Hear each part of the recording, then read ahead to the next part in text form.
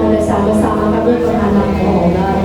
Salamat sa privilege, Panginoon, na binigay mo upang kami po ay makapag-samba sa iyo na sama-sama. Lord, sa umaga po ito, wala kami isang masasambahin, kundi ikaw lamang, Panginoon, mula sa simula hanggang sa pagwawakas, Panginoon, na kami sama-sama ito. Ikaw lamang, Panginoon, na nasa puso namin, nasa isip namin. Lahat po ng mga dala-dala namin sa umagang ito, hinihiling namin, Lord, na sa pag-uwi namin, ito'y wala na, Panginoon. Kundi, marinig namin ang mga biyaya ng salita mo, Panginoon, at dadalhin namin sa araw-araw. Hallelujah. Lord, dinadalangin ko po na sa umaga po ito, mga wala pa rito, Panginoon, isamahan mo sila, Panginoon, sa kanilang pagpunta sa aming pag-uwi. Salamat sa mga kapatiran, Panginoon, na nandito na at wala pa, Panginoon, papunta pa lamang. Lord, salamat po sa magbibigay ng message. Alam namin, Lord, ikaw nagbigay nito sa kanya upang marinig namin. Maraming salamat din po sa worship, sa mga instrument na lang namin binasbasan nila, Panginoon. Salamat po sa lahat sa mga usher, Panginoon, at sa lahat po, Panginoon, na mga nandito sa simbahan. Salamat po, Panginoon. Lord, hinihiling po namin na nawa, Panginoon, bukas sa aming pagboto, nawa ay maging mapayapa ang lahat, Panginoon. Yan lamang ang aming pag-iisip, ang aming puso, Panginoon, na nawa ay we vote wisely. Lord, nawa hihingam ng intervention mo. Nilagay mo sa isip namin kung sino karapat dapat, Panginoon. At kung sino man ang mahiluklok, Panginoon, samahan mo siya, Panginoon. Ilagay mo sa kanyang isipan na nawa ang unahin niya, una talaga ang Diyos at ang kanyang mga kababayan, Panginoon. Alisin mo po sa puso nila ang anumang hindi karapat-dapat. Lord, alam ko, Panginoon, na bukas sa kahanda ng bawat isa, kami po ay makapunta at makauwi na mapayapa. Salamat, salamat, Panginoon. At gayon din sa mga tatakong kandidato, nawa ay maging mapayapa ang isipan nila, Panginoon. Ngayon pa lamang. Salamat, Lord. Alam po na ito ay aming pinasasalamatan. Alam namin diniliwin mo na ang panalangin namin. Salamat, salamat, Lord. Ibinabalik namin sa iyo lahat ng papuri, pasasalamat sa tanging pangalan ng Diyos Ama, Anak, Espiritu Santo. In Jesus' name, Amen and Amen. Salamat.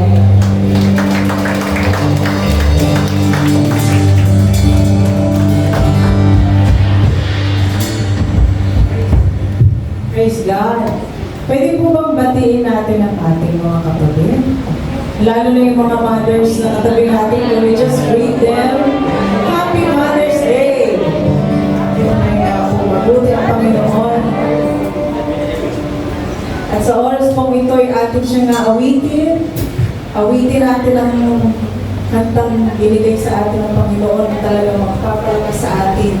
Sa tunay nga po sa araw-araw nating pinagdaraanan, marami po tayong kalungkutan, may times na masaya, may times na nagkakasakit, may times na wala tayong pera, pero ang Panginoon is always consistent.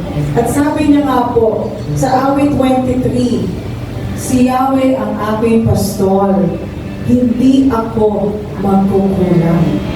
Pinahihimlay niya ako sa lutiang pastulan, pinapanumbalik ang ating kalakasan at pinapatnubayan sa tamang daan upang ang aking pararangalan ay ang kanyang pangalan. Palakpakan po ulit natin si Lord. Tayo po ay nandito sa bahay sa bahay upang makaranas ng kapahingahan na nanggagaling sa Panginoon. Alam ko, dumaan ang mga weeks na tayo pagod, physically, mentally, and emotionally. But as we come and gather here in the presence of the Lord, we know that we will receive rest from Him. Amen? Palakpakan po natin si Lord. Tayo binigyan ng pagpapang awit. Upang tayo lumakas, pagpapasigla, bagong pag-asa. Amen? Amen. Let's sing to the Lord.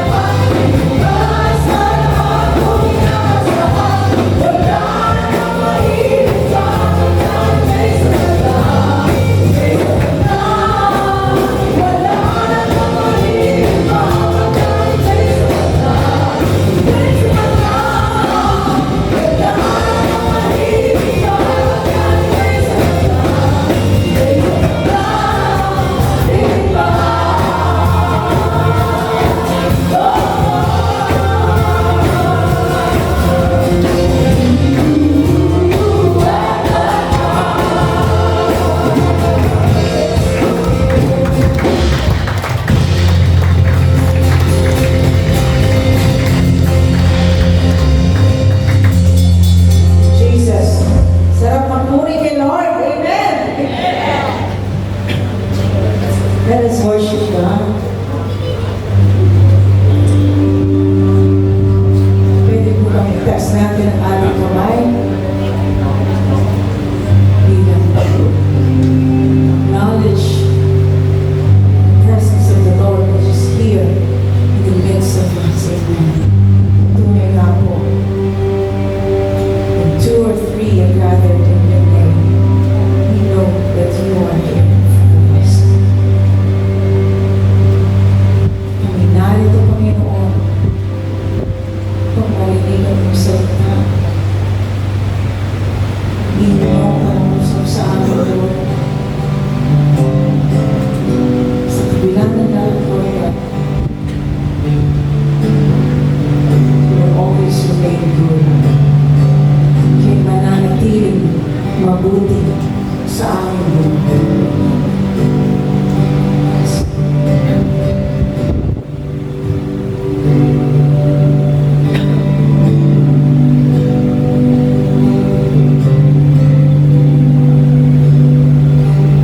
Mahal kita,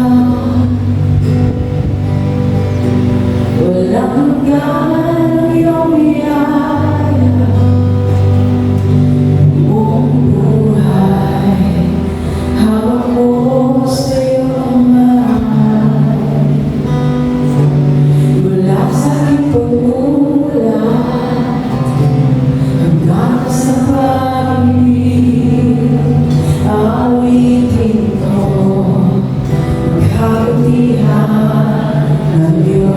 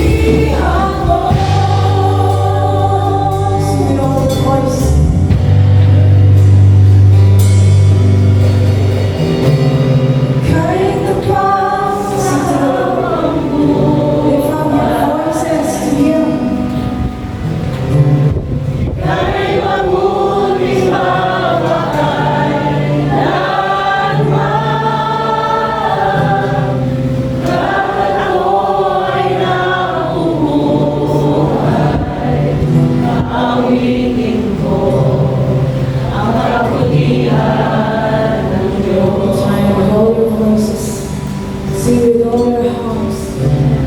Kahit tapat sa habang buhay, kahit mabuti mapagkailanman, hanggat ako'y nabubuhay,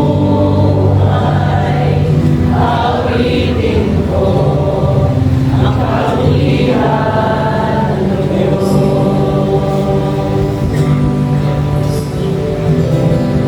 Kahit tapat sa habang buhay, kahit mabuti mapagkailanman,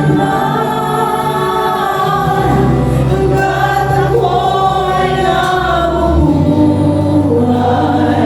awitin ko ang kabulihan.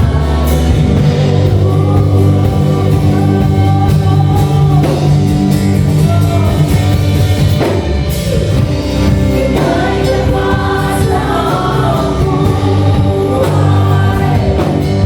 habang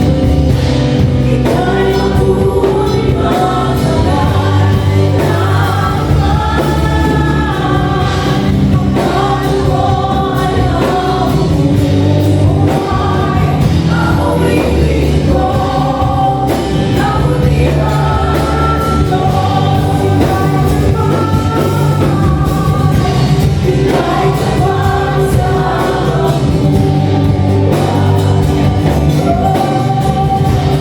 kahit mabuti mapagkailanman,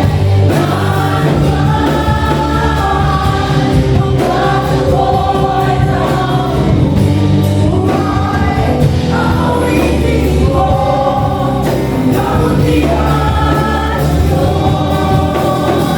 awitin ko ang kabutihan ng Diyos.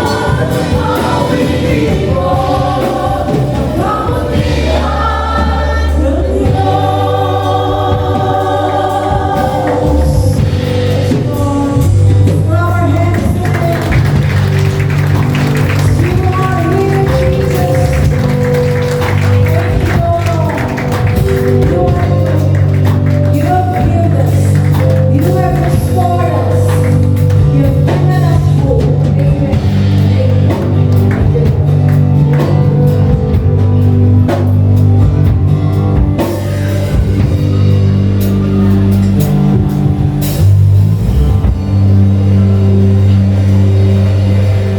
Mabuti ba ang Diyos? Amen.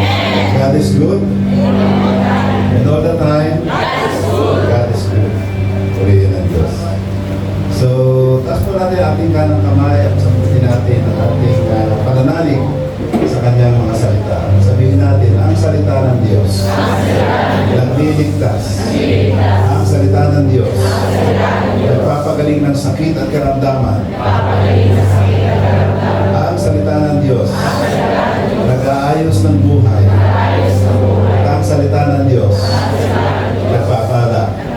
Sabihin natin, today I receive the blessings in the world. One more time, today I receive the blessings in the world. In Jesus' name, Amen. Purihin ng Diyos. So, manatili tayo nakatayo ng mga imanay kong kapatid. At isa kayo sa pagbasa ng salita ng Diyos na matatagpuan natin sa aklat ng Roma, Kapitulo 13, mga talatang 1 hanggang 7. Hallelujah. Magpasakop kayong lahat sa mga namumuno sa pamahalaan, sapagkat ang lahat ng pamahalaan ay mula sa Diyos, at siya ang nagbibigay sa mga namumuno nito. At siya ang naglagay sa mga namumuno nito. Kaya ang mga lumalaban sa pamahalaan ay lumalaban sa itinilaga ng Diyos. At dahil dito, parurusahan sila. Verse 3. Ang mga namumuno ay hindi dapat katakutan ng mga gumagawa ng mabuti. Ang dapat matakot sa kanila ay ang gumagawa ng masama. Kaya kung nais mo na wala kang itatakot sa mga namumuno, gawin mo ang mabuti. Ang dapat matakot sa kanila ay ang gumagawa ng masama. Kaya kung nais mo na wala kang itatakot sa mga namumuno, gawin mo ang mabuti at pupurihin ka pa nila. 4. Sapagkat ang mga namumuno sa bayan ay mga lingkod ng Diyos para sa ikabubuti, para sa ating ikabubuti. Pero kung gagawa ka ng masama, dapat kang matakot dahil may kapangyarihan silang parusahan ka. Sila'y lingkod ng Diyos na magpaparusa sa mga gumagawa ng masama. 5. Kaya nga magpasakop kayo sa pamahalaan, hindi lang para maiwasan ang parusa dahil ito ang nararapat gawin. Verse 6. Yan din ang dahilan kung bakit tayo ay nagbabayad ng buwis, sapagkat ang mga namumuno ay lingkod ng Diyos at inilaan nila ang buong panahon sa pagtupad ng kanilang tungkulin. Kaya ibigay ninyo ang dapat ibigay, bayaran ninyo ang inyong mga buwis, igalang ang dapat igalang, at parangalan ang bawat parangalan. Pinamahal, ito po ang salita ng Diyos. Tayo po yung po sandali, habang niyatama natin ang banal na presensya ng Diyos. Sabi nga kanina ni Sidatara, kung may dalawa ay ipinitipon sa kanyang pangalan, kasama natin ang Diyos sa ating kalagitnaan. Amang mapagmahal, salamat sa banal mong presensya na aming nadarama. Kanina pa mula sa abitin, alam namin narito ka ang iyong banal na presensya. Sa sandaling ito ng pag-aaral namin ng iyong mga salita, samahan mo kami, banal na Espiritu, sa aming kawalan, ikaw ang magturo sa akin. Gamitin mo akong alulod ng pagbabala sa mga kapatid kong narito para sa sama-sama namin pag-aaral. Mag-usap po kayo, handa kami makinig. Sa pangalan ni Jesus, natin sabi na purihin ng Diyos para pangalan niya. Happy Mother's Day! Kanina nalimutan ko lang. Yung ba po nalaman? Purihin ng Diyos. Okay.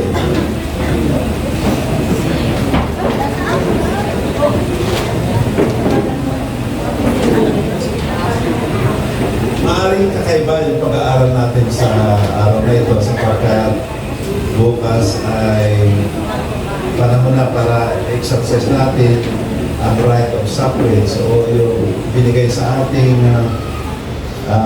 karapatan para mabili ng mga mamumuno sa ating pamahalaan. Pagkabat tinatawag itong parang pinaka-interim election sa pagpipiliin natin mga local government namumula sa ating lokal na pamahalaan, pero naroon din naman yung mga congressman at senador na bahagi ng paghuhubog o pag-ugit ng batas para sa ikabubuti ng mamamayan ng ating inang bansa.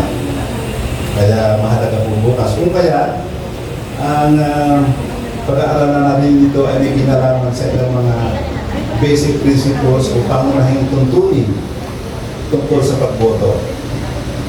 At ito ay ating tatalakayin sandali. At alam kong kailangan natin ito.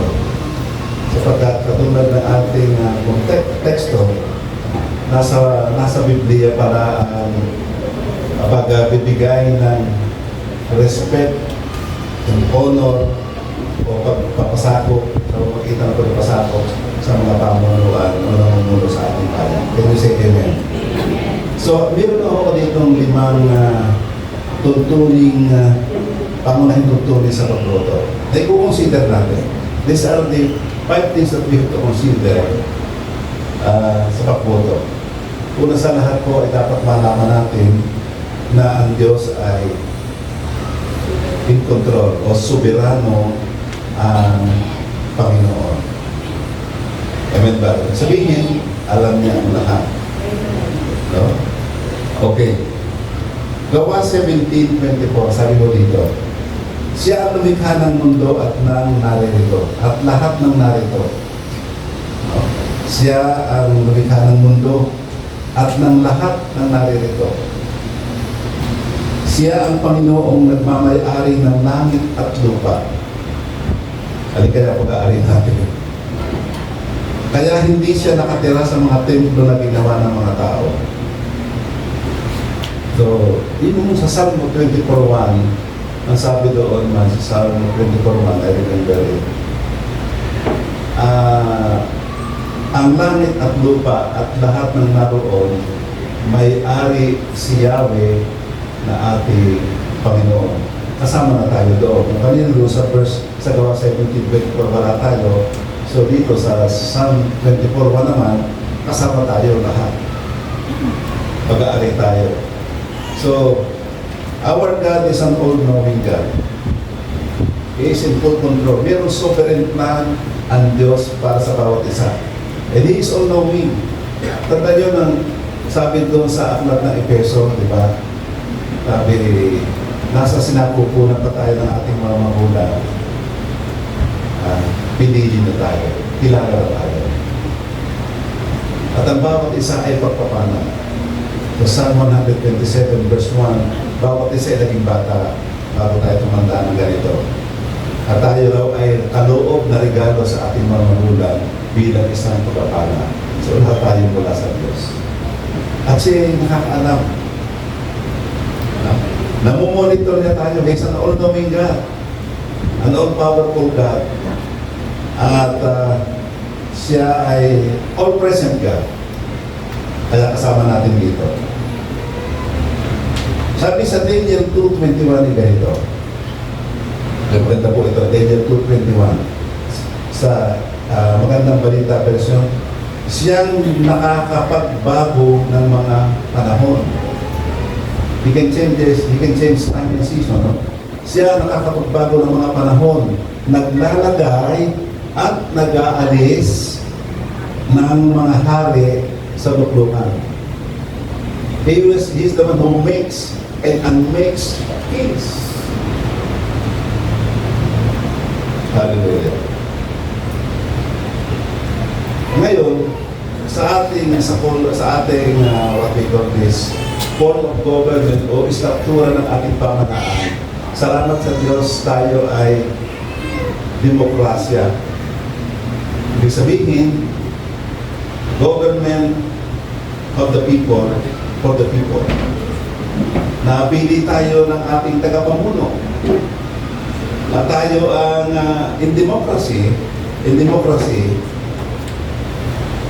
ang Diyos, bagamat sinabi dito sa Daniel 2:21, He is the one who makes and unmakes king, pero in demokrasya, na katulad na ating binasa kanina, na lahat ng pamalaan emanates from God, nagsimula sa Diyos. Siya nagtalaga dito at siya rin ang naglalagay dito. Kaya lamang, in demokrasya napakaganda. Binigyan tayo ng karapatan ng Diyos mamili. Can you say amen? God has given us this delegated authority to choose from among those people who want to serve the government na tayo pumili sa kanila. At being a Christians, tayo ay submissive din sa kalooban ng Diyos. At kung kaya nga dito, meron tayong responsibility and accountability. I-exercise natin yung pinagkaloob ng Diyos na tayo ay bumoto. Can you say amen? Mahirap yung hindi nagpapatisip kasi kung hindi ka bumoto, itinatag ng gobyerno sa Pilipinas ang demokrasya, pag hindi ka, sabagat ang lahat ng what we call this, yung ang pagtalima mo sa batas at pagsunod sa pamunuan ay required by God. Can you say amen? So So tayo kinakailangan tumalima sa batas na pinaiira ng ating demokrasyang bansa. At isa na po na yung pagputo. Kasi, pag dumating ang panahon na hindi ka bumoto, at ang nangyari ay tinanggap mo na lamang kung ano nangyari, saka ka naman nagmamakto. Diba? Ngayon, napakahalaga na gamitin natin ito. At itiks ang kalayaan ng bawat isang Pilipino. Ang history is still in the hands of God. Ang istorya ng buhay, maging ng ating bansa, ay kontrolado ng ating Panginoon. Sabi sa Psalm 19:21, hindi ko nakalagay diyan, there are many plans in man's heart, but the plan of the Lord is still the one that will prevail. That prevails. Maraming plano ang tao na nanubuo sa kanyang isipan at puso. Sa huli, ang Diyos pa rin ang masusunod. Purihin ang Diyos. At sa ating kapanahon na sa ating bansa, umiiral pa rin ang providence of God. Ito ang divine providence. Gayun din yun. Siya ang may hawak. Pag sinabing divine providence, siya ang may hawak. Alam niya. No? Hawak pa rin ng Diyos ang langit at lupa at lahat ng naroon. Ang panahon ng tag-ulan at tag-init. Ang panahon ng pagtatanim at pag-aani. Ang panahon ng kahirapan at kasaganaan. Ang kalusugan at karamdaman. Ang pagsilang at pagpanaw. Indeed, all things come to us not by chance, but by His fatherly hand.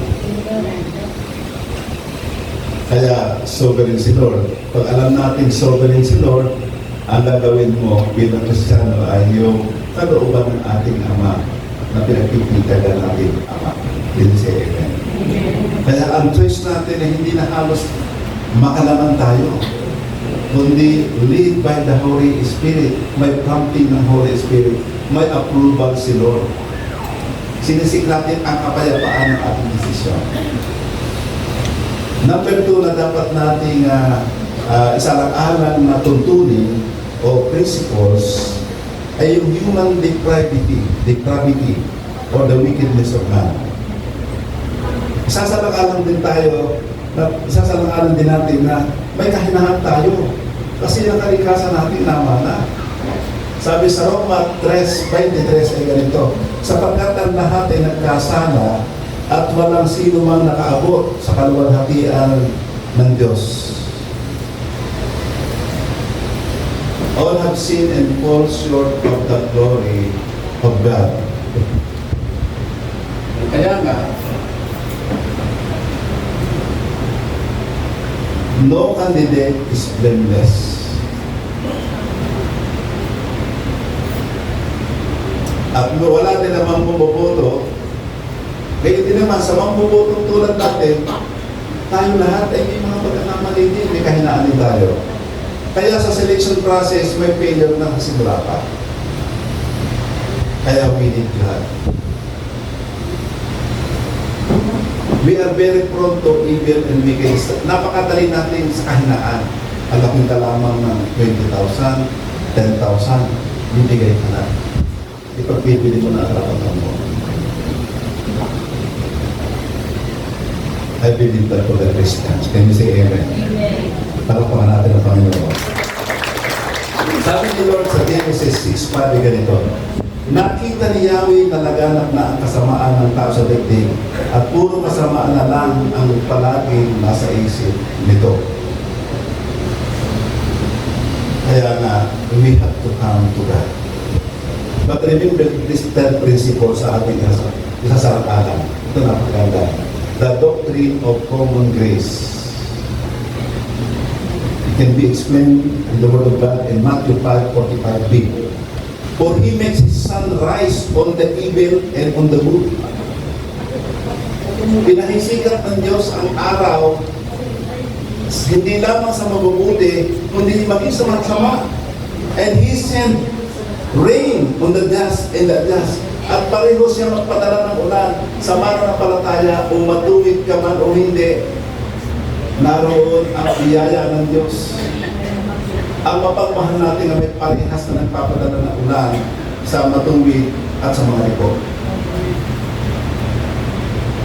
Kaya siguro, we are living in a gap between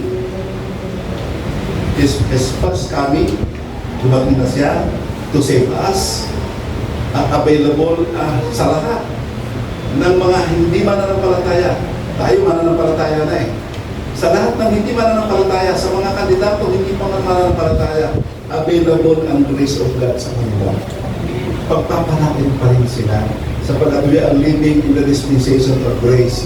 Wala pa ang second comings, wala pa ang judgment time. So from the beginning, His coming, from the birth of Christ at naging Kristiyano tayo, tinanggap na natin si Jesus Christ as Lord and Savior of our life, hanggang sa pagdating niya, lagana pa ang biyaya ng Diyos sa mananampalataya at hindi mananampalataya.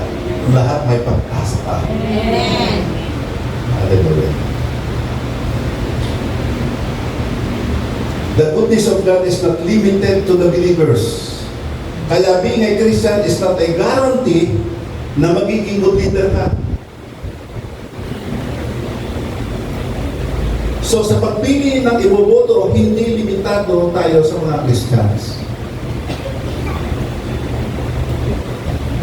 Naunawaan ba niyo? Marami na rin napiling Kristiyano na hindi pa tapat.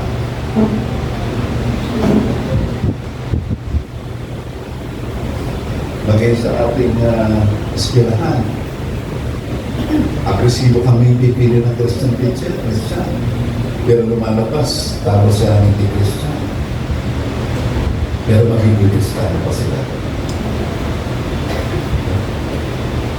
Di ba, kumisan, napasiman mo kung alin, kumisan ito si Liz, no? Kumisan, mas matinang kausap ang hindi Kristiyano eh. Sa aming palaro na nasa FCS, Bethlehem no Christian School, kumisan nagkakagulo eh. Samantala sa palaro dito, secular world, matinong usapan. May integridad ng bawat isang ulo. Kung minsan nawawala integridad. Sa kaya sa election ito, tingnan natin, we have to pray for our future. Meron pa silang ugnayan sa Panginoon ng pala, hindi nakalimita sa Christian lang. Tingnan natin, pag-pray natin. Sapagkat kay Lord, meron tinatawag na divine reversal. Para hindi pa sa Kristiyano, pag nakaupo na, higit sa paggampan ng tunay na Kristiyano ang kanyang gawing kabutihan sa ating inang bansa. Nakakaintindihan ba tayo? Hallelujah. Kaya nga, Kawikaan 29 verse 2, ang ganda nito. Kawikaan 29:2. Kapag patuwid ang namamahala, nagdiriwang ang madla. Ngunit kapag ang namumuna ay masama, sila ay lumuluha. Hallelujah. Kaya na pinapipili tayo. Kaya tayo pinapipili. At huwag natin kalilimutan, unay na bakit at tutuloy natin yung soberanya ng Panginoon, soberanya ng Panginoon. Pangalawa yung tinatawag na depravity of mind.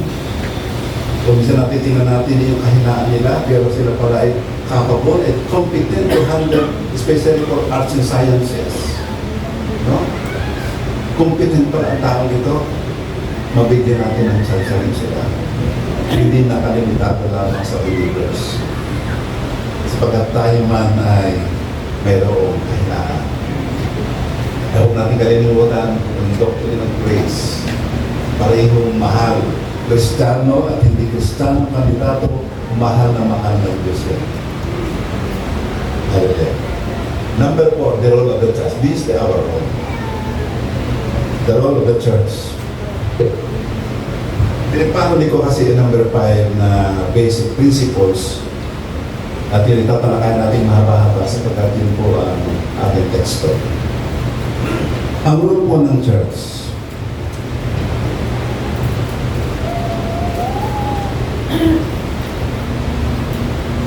Hallelujah. 1 Peter 2, 9-12. Pag sinabi yung church, hindi ho building, tayo yun. Ating tungkulin, tayong lahat. 1 Peter 2, 9-12. Ngunit kayo yung mga taong pinili. Tayong pinili na ng Diyos, kakaiba tayo. No? Ngunit kayong mga taong pinili, mga maharlikang pari, at mga mamamayan ng Diyos. Pinili kayo ng Diyos na maging Kanya upang ipahayag ninyo ang kahangahangan niyang mga gawa. Siya ang tumawag sa inyo mula sa kadiliman tungo sa kahangahangan niyang kaliwanagan. Dati hindi kayo mga taong sakop ng Diyos, pero ngayon mga sakop niya kayo. So busy na tayo sa Kanya, no? Noon, hindi kayo kinawaan ng Diyos, pero ngayon kinaawaan ng Niya kayo. Mga minamahal, mga dayuhan kayo nakikitira lang sa mundong ito. Why? Because we are citizens of heaven. No? Kaya nakikiusap ako sa inyong talikuran na ninyo ang masasamang pagnanasa ng inyong katawan na nakikipaglaban sa inyong espiritu. Sa lahat ng oras, ipakita nyo sa mga tao hindi kumikilala sa Diyos ang matuwid ninyong pamumuhay. Yan, maka-improvise tayo. Kahit pinaparatangan nila kayo ngayon ng masama, sa bandang huli ay makikita nila ang mga kabutihan ginagawa nyo at luluwadatiin nila ang Diyos sa araw ng pagdating niya. We are the light of the world, Matthew 5. I think Matthew 5:14. Si Jesus unang dumating, He is the light of the world. Nung umalis siya, tayo na raw ang liwanag. We are even called salt and light. Preservative tayo. Kaya yun ang role natin. Ito yung complementary sa role naman ng government. Mamaya, pag-usapan natin. So, ano dapat natin gawin? Marinig ang boses natin sa mga bagay na mahalaga sa lipunan. We can make voice tayo. Marinig ang boses natin sa mga bagay na mahalaga sa lipunan at sa Diyos about values and moral issues like sanctity of marriage and implementations of justice.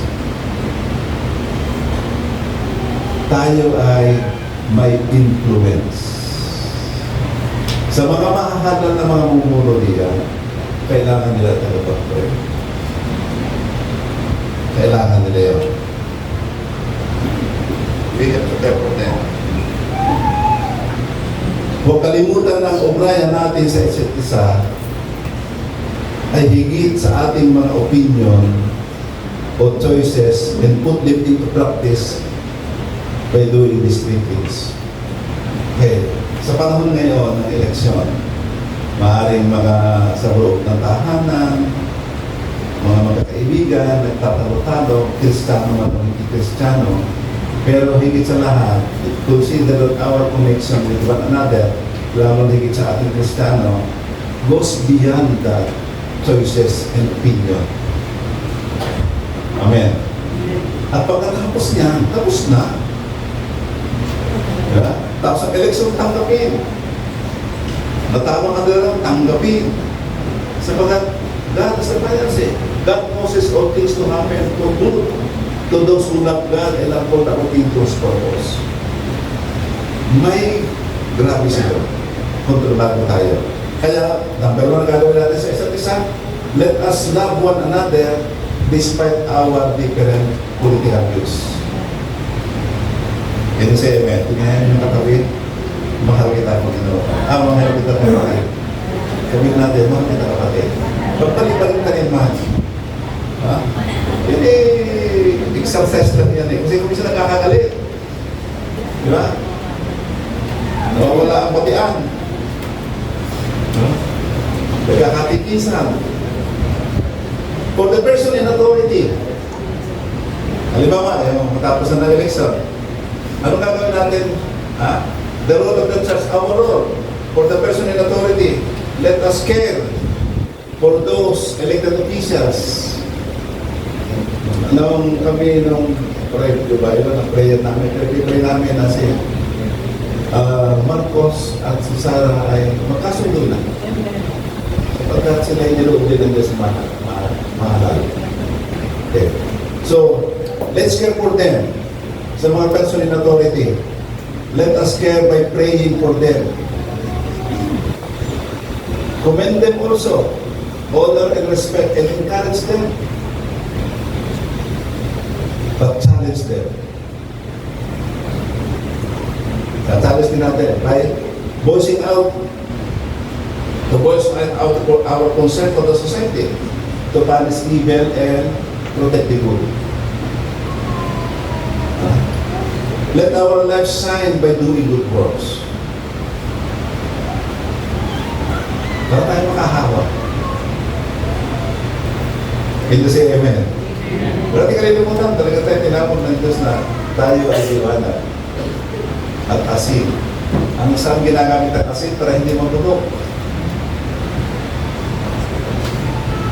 So, in the same way, tayo dapat mag-reserve na decaying society o decaying world today. Hallelujah. Okay. The role of the church, the role of the government. Balikan tayo. Refer tayo sa teksto ng Romans 13:7.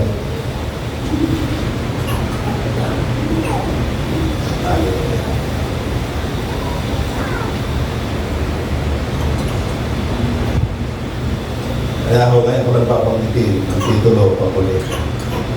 Ang titulo natin ay pagtalima sa batas at namumuno sa mga namumuno. Pagsunod.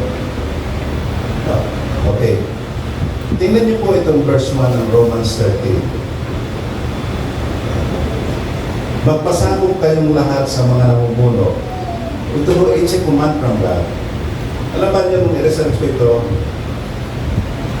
ito pala ang nasulat ni San Pablo noong 57 AD.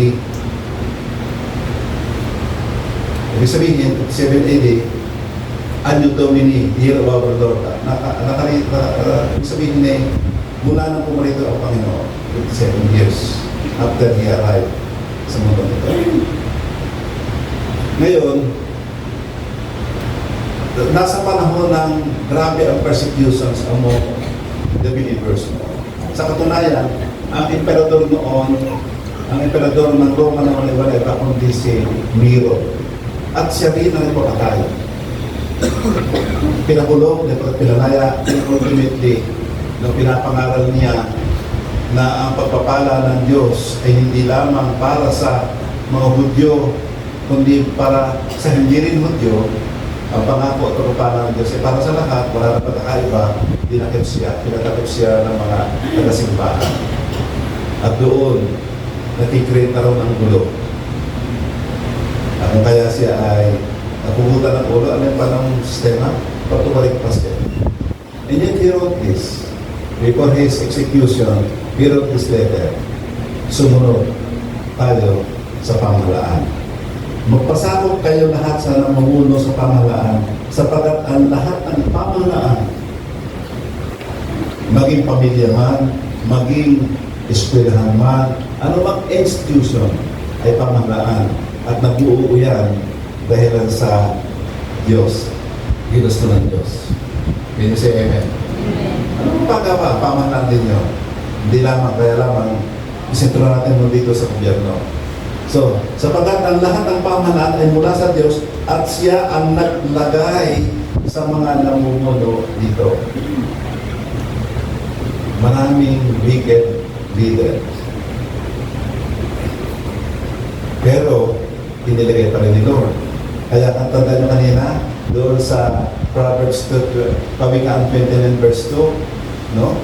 Nagagalak ang bayan kapag matuwid ang namumuno, pero nagluluksa sila kung ang namumuno ay liko.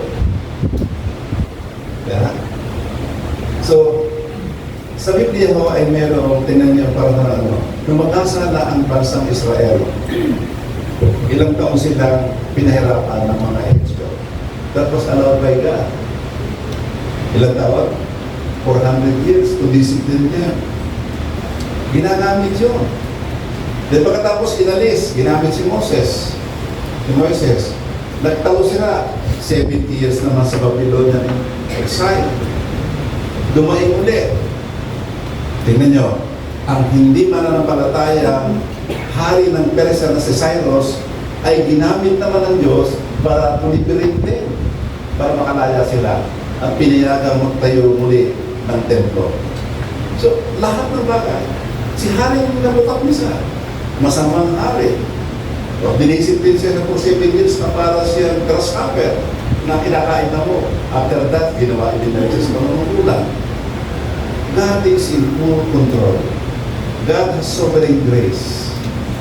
No? Pero siyang man. At alam ng Diyos ang kahinaan natin. But they try to clear. Okay, verse 2. Kaya ang mga lumalaban sa pamanalay, lumalaban sa itinalagan ng Diyos at dahil dito, parurusahan siya. Kaya makikita natin dito, inuutos sa atin na tayo ay magpasakop. Hindi sinasabi sa matuwid na leader. Lahat. Maaning libo yan.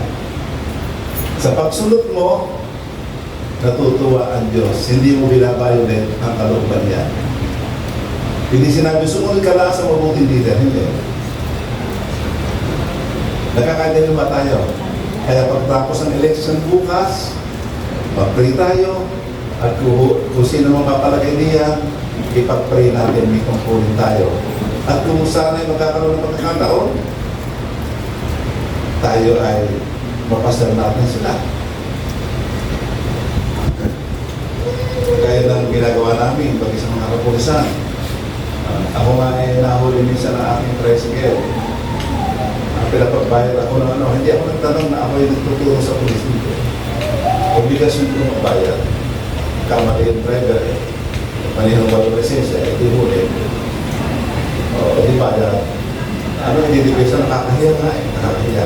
Kasi malaki yung pastor-mistor yan, nakakahiya. Kaya bayad na lang.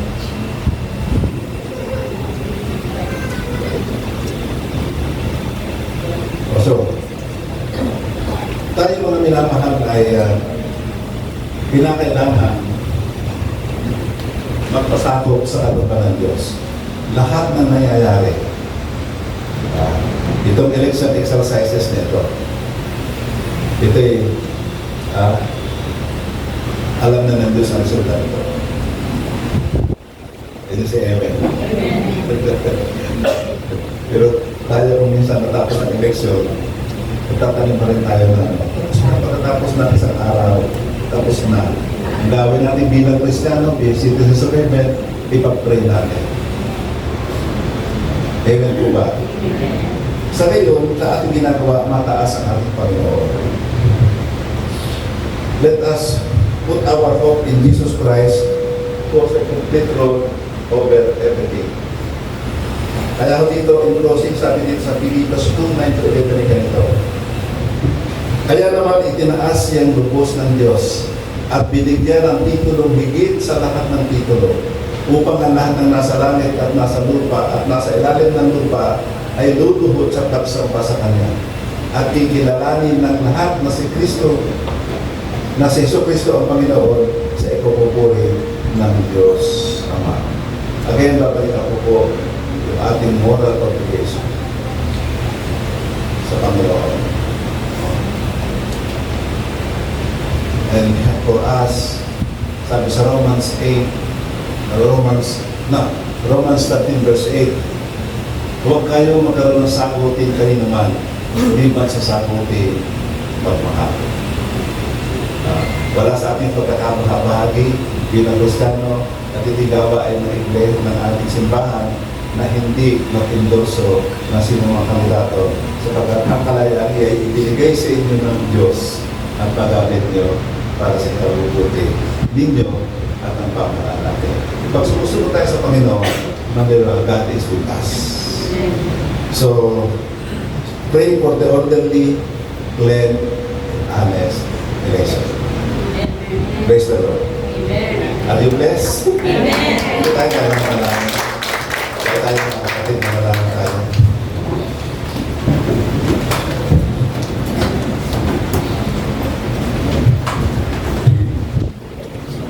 Amang mapagmahal, alam namin kasama ka namin sa umarin ito. Katulad mo ng iyong mga inyo sa amin sa umarin ito, salamat pa ng Espiritu sa inyong pangunguna. Salamat sa pag-akay mo sa akin, maidiligan ang iyong mensahe. At hinihiling ko sa tulong mo rin, God the Holy Spirit, na matanim sa puso ng bawat isang isipan na aming napag-aralan.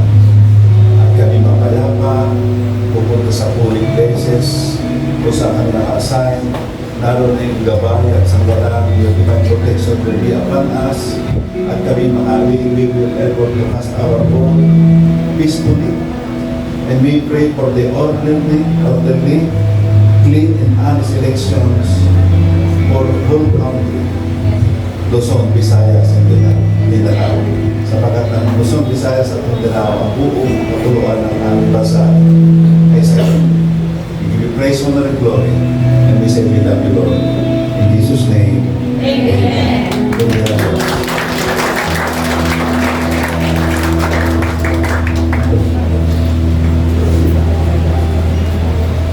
Tapos po tayo sa selebrasyon ng apat.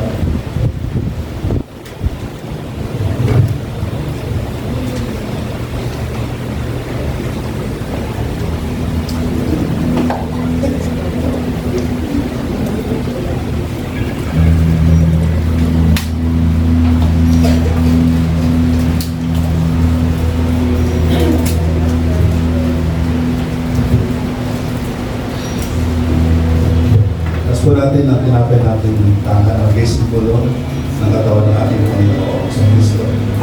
Sabi ko sa Isaiah 53 verse 5, siya'y sumagatan dahil sa ating kasamaan, siya'y binubog dahil sa ating pagsalansan, at ang magandang kalagayan meron tayo ngayon ay bunga ng kanyang sakripisyo. That by His stripe we are healed. Ang sinasabi mong by His stripe that we are healed, ito sinasabing completeness ng tayo, maaari mong maranasan. As you begin with the Lord, you will receive completeness. You will receive healing, deliverance. Amen. Tatapin po natin ang simbolo ng kanyang katawan.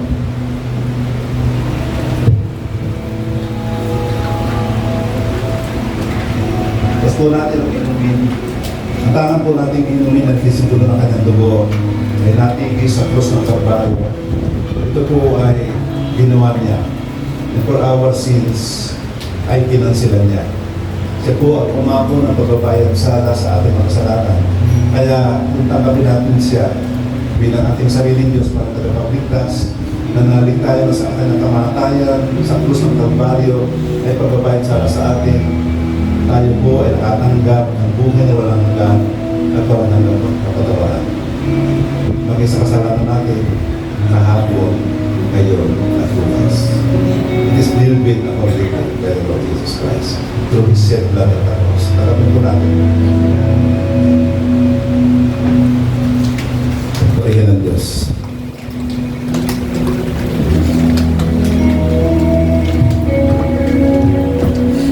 Magandang umaga po sa ating lahat at para po sa ating mga nanay, Happy Mother's Day po sa ating lahat. At atin na pong bagitin ang ating covenant. Lagay po natin ang ating kamay sa ating dibdib. Sabay-sabay po natin bigkasin ang ating covenant. Kami ay nagpasya. Kami ay nagpasya ang magmahalan bilang magkakapatid. Ang isa ay para sa lahat, ang lahat ay para sa isa. Ang lakas ng isa ay lakas ng lahat. Ang kahinaan ng isa ay kahinaan ng lahat. Kami ay nagpasyang magtulungan sa hirap at ginhawa. Ang bawat isa ay hugutan namin ng lakas. Kami ay nagpasyang sama-samang lumago bilang mga anak ng Diyos sa pangalan ng Jesus. Kaya tayo po'y magsiupo. At ngayon naman po, kung meron pong bago tayong guess, yung bago pong attend natin dito, pwede po pong tumayo kung hindi po nakapag-sign po sa registration. Yan, wala naman po. Sige po, dako po tayo sa ating video presentation. Hatid po ng Children Ministry. You gave me joy in your kitchen. You gave me the room. The message to my mom is, Mom, thank you for loving, supporting, and protecting me through my whole life. I love you in the bottom of my heart. Thank you for sacrificing for me. Happy Mother's Day. Thank you for supporting and protecting me. And thank you for hard works. Happy Mother's Day. Thank you, Mama, for alagas amin. I love you. I would like to thank my mom for the sacrifices for me and my brothers. I am blessed to have a mother like you. To all the mothers out there, may this day bring joy and love to your hearts for the efforts and the hard work. Happy Mother's Day.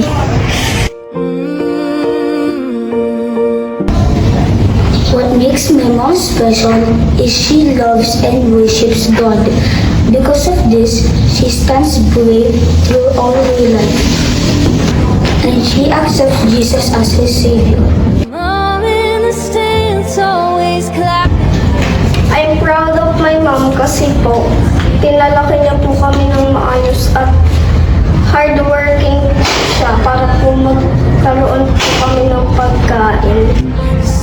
Yun ang isa sa mga dahilan ko, pinakamalaking dahilan ko kung bakit special sa akin yung mother ko kasi siya yung nagtataguyod sa akin, siya lang yung bumubuhay, so It's always been you. Isang mapagpalang araw po sa inyong lahat. Ako po ay bumabati ng Happy Mother's Day sa mga nanay, ina, at mama. Happy Mother's Day, Mama! Happy Mother's Day! Happy Mother's Day! Happy Mother's Day! Happy Mother's Day, Mommy! Mother like you. Mother's Day, Mommy! I love you! Happy Mother's Day po. Thank you po sa love and care. We love you. Happy Mother's Day. Mother's Day. Happy Mother's Day po. Happy Mother's Day po. Happy Mother's Day po. Happy Mother's Day! Happy Mother's Day. Happy Mother's Day. And I can't. Happy Mother's Day. Who will they? Happy Mother's Day. Oh, Happy Mother's Day.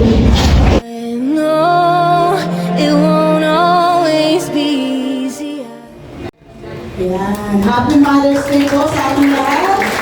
Talagang kung talaga tayo ng mga nanay ay pinagpala talaga ng Panginoon. Tawagin ko po yung mga nanay dito sa unahan at tayo po ay pagpe-pray po ng ating pastor, Pastor Nestor de los Reyes. Tawagin ko po yung mga nanay dito po sa unahan. Ito po kayo, huwag na po kayong mahiya. Araw po natin po.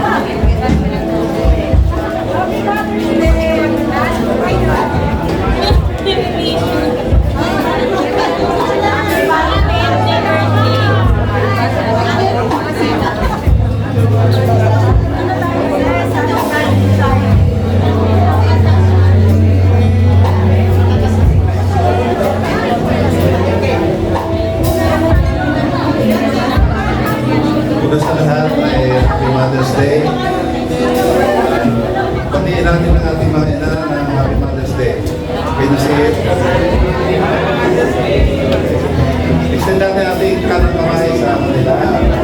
Para natin sila. Sa Biblia ay may sinasabi doon yung couple of wives. So, nananalig kami na kayong lahat ay tumutugod doon sa tinatawag na couple of wives. No?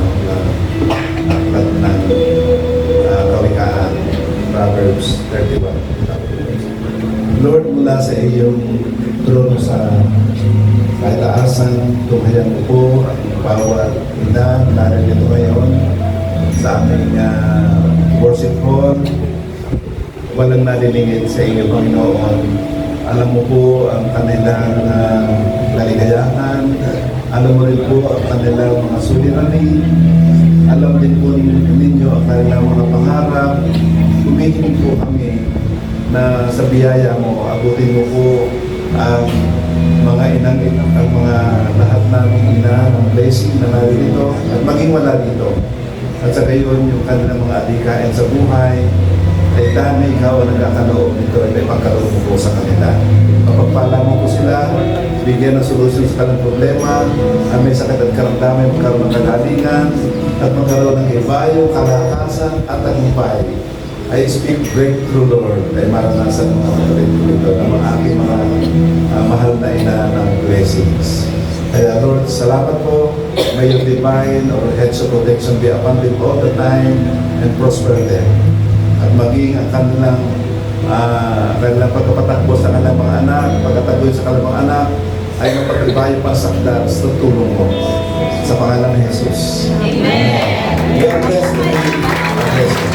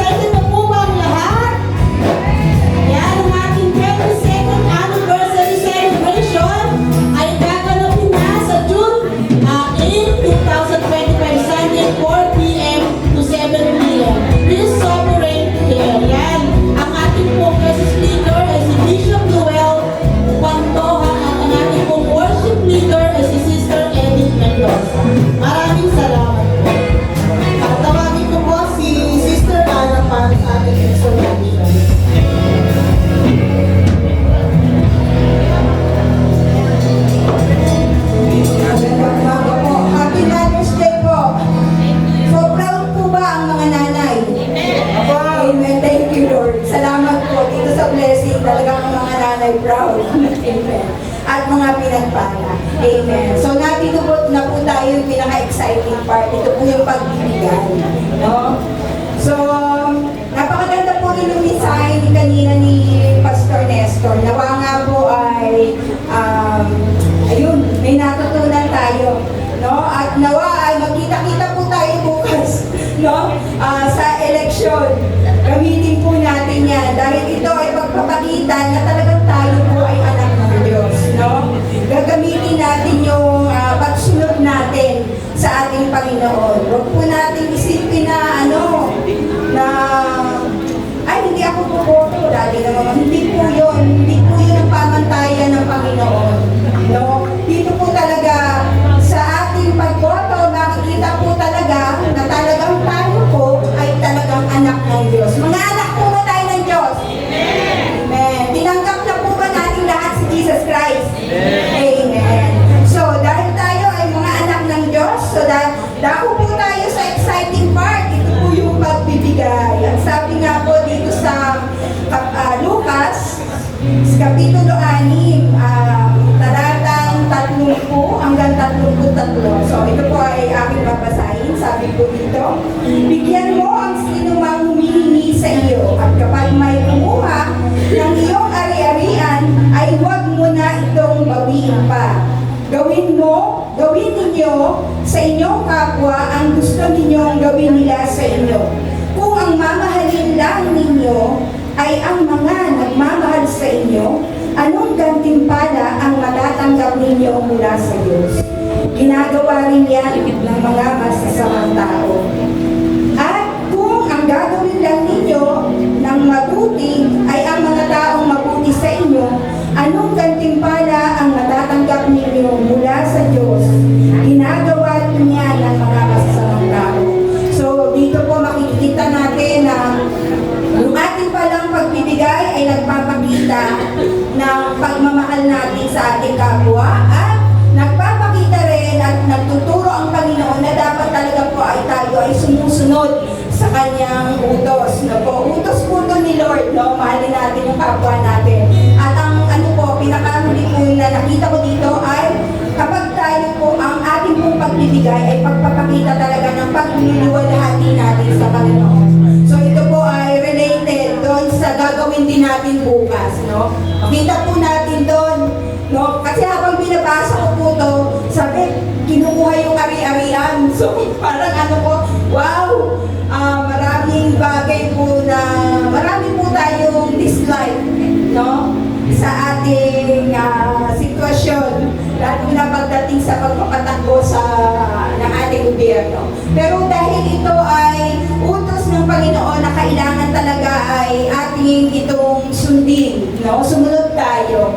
Kasi anak tayo ng Diyos, kailangan po sumunod tayo. Masakit man sa loob, pero kailangan sundin natin ito kasi nagmamahal tayo at yan ay obligasyon natin din sa ating Panginoon. So, ihanda na po natin ang ating mga kaloob. Itaas na po natin yung ating mga kaloob sa ating mga hawak natin. So, ating po itong ipanalangin. Tayo po ay tumumo at ipigil po natin ang ating mga mata. O Panginoong Diyos na makapangyarihan sa lahat, salamat po. Tunay nga po, Panginoon, kay puti mong Diyos. Ano bang itong hawak namin ngayon, Panginoon? Ito po ay gagawin namin dahil nagmamahal kami, Panginoon. At kung saan man mapunta ang mga bagay na ito na hawak namin, Panginoon, tunay nga po, Lord, sa iyo namin ito pinagkakatiwala. Dahil alam namin na ikaw ay Diyos na mayaman at pag-aari mo po ang lahat at kaya mo pong baguhin ang mga panahon, hindi lamang sa aming pamahalaan, kundi mismo sa mga buhay namin, Panginoon. Lord, nagtitiwala kami na tunay na sa gagawin namin ito ay mabibigyan ka namin ng kaluwalhatian, Panginoon. Lord, pinupuri ka po namin sa salamatan sa pangalan ni Jesus. Amen. Magbigay po tayo ng masaya. Amen.